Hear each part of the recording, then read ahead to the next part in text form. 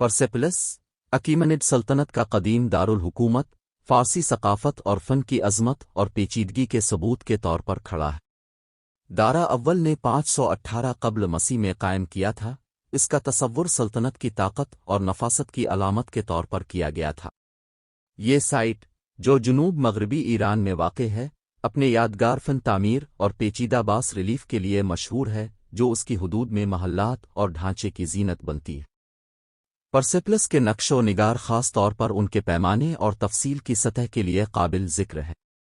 یہ راحتیں پوری جگہ پر پائی جاتی ہیں، سب سے نمایاں طور پر اپادانہ محل اور عرش حال کی سیڑھیوں اور دیواروں پر۔ وہ بادشاہ کے دربار سے لے کر فارسی حکمرانی کے تحت بہت سی اقوام کے معززین اور خراج تحسین پیش کرنے والوں کے جلوسوں تک مختلف قسم کے مناظر کی تصویر کشی کرتے ہیں۔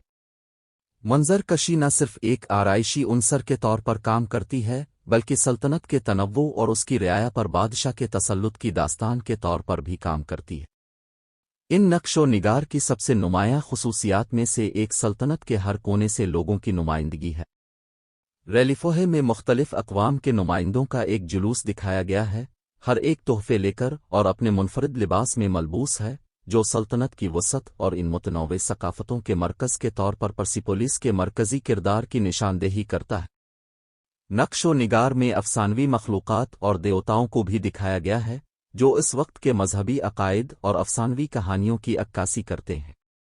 نقش و نگار کی کاریگری ایک انتہائی منظم اور ہنر مند کاریگروں کا مجموعہ بتاتی ہے۔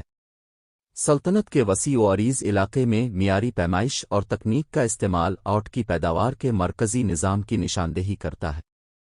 اس نظام نے بادشاہ کی تصویر اور سلطنت کے بیانیے کی تصویر کشی میں یکسانیت کی اجازت دی، جس سے اچیمینیڈ خاندان کے اختیار اور الہی منظوری کو تقویت مل۔